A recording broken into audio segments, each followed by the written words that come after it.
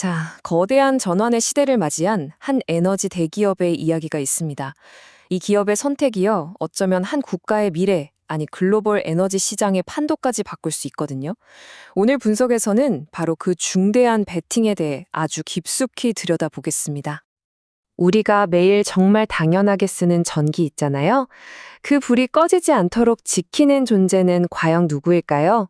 아마 대부분은 선뜻 대답하기 어려우실 거예요.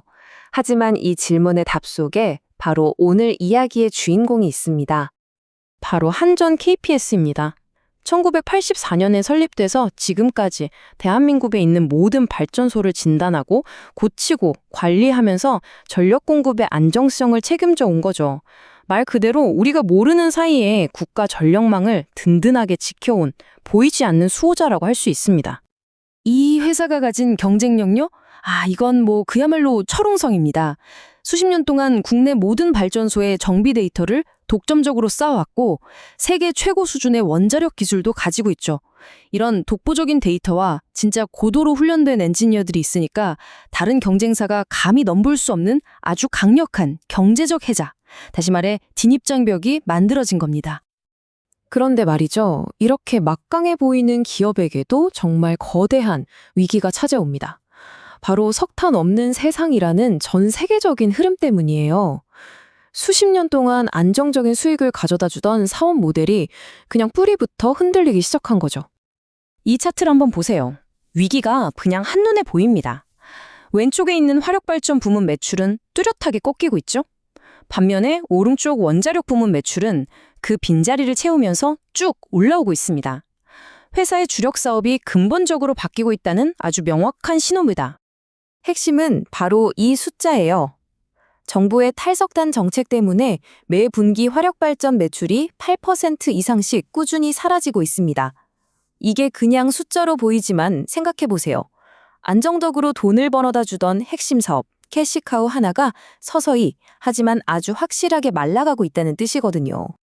바로 그 위기의 순간에 정말 영화처럼 거대한 기회가 찾아옵니다. 정부의 에너지 정책이 180도 바뀌면서 원자력의 시대가 다시 활짝 열리게 된 거죠. 한전 KPS에게는 완전히 새로운 퀘스트가 주어진 셈이에요. 정부의 제11차 전력수급 기본 계획에 담긴 이 한 문장이 사실상 모든 걸 말해줍니다. 2038년까지 무탄소, 그러니까 탄소 배출이 아예 없는 에너지 비중을 70%로 만들겠다. 이 어마어마한 목표의 중심에 바로 원자력이 있는 겁니다. 자, 그리고 이 슬라이드는 그 계획의 구체적인 청사진입니다. 1단계로 대형 원전을 3개나 새로 짓고요. 2단계로는 도심이나 산업단지 근처에 둘 수 있는 차세대의 기술이죠. 소형 모듈 원자로 SMR을 도입합니다. 그리고 마지막 3단계, 기존 원전의 수명까지 늘리겠다는 거죠. 이 프로젝트 하나하나가 전부 한전 KPS에게는 앞으로 수십 년간 보장될 엄청난 일감인 셈입니다. 하지만 이 거대한 국내 계획이 이야기의 전부는 아닙니다. 한전 KPS는 동시에 국경을 넘어서 세계로, 그리고 현실을 넘어서 가상 세계로까지 사업의 영토를 넓히고 있어요. UAE 바라카 원전에서 성공적으로 실력을 입증한 걸 발판으로 최근에는 루마니아에서 거의 5천억 원에 가까운 대형 사업을 따냈습니다. 이게 뭘 의미하겠어요? 앞으로 체코처럼 K원전 수출이 이뤄지는 곳이라면 어디든 한전 KPS 무대가 될 수 있다는 걸 아주 명확하게 보여주는 거죠. 동시에 기술 혁신에도 엄청난 속도를 내고 있습니다. 바로 디지털 트윈 기술인데요. 이게 뭐냐면 현실에 있는 발전소랑 똑같은 걸 컴퓨터 안 가상 공간에 만들어 두는 거예요. 그래서 어떤 부품이 언제쯤 고장 날지 미리 예측하는 거죠. 이건 단순히 고장을 미리 아는 걸 넘어서요. 정해진 주기가 아니라 진짜 필요할 때만 부품을 교체하는 이른바 예측 정비를 가능하게 합니다. 불필요한 비용은 확 줄이고 발전소가 멈출 위험은 최소화하는 그야말로 게임 체인저 기술인 셈입니다. 자, 그런데요. 이렇게 장밋빛 미래에만 있는 건 아닙니다.